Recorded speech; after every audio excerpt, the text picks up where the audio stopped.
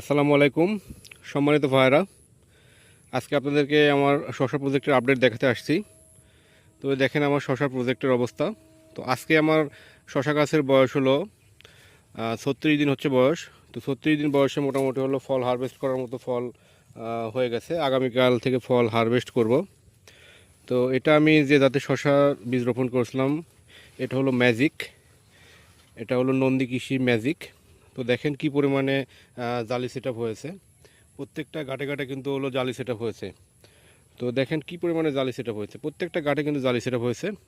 এবং 36 দিনে কিন্তু গাছের একবারে পরিপূর্ণ মাচা ভরে গেছে এবং উপরে যে ফ্ল্যাট রয়েছে ফ্ল্যাটগুলো কিন্তু গাছ উঠে গেছে।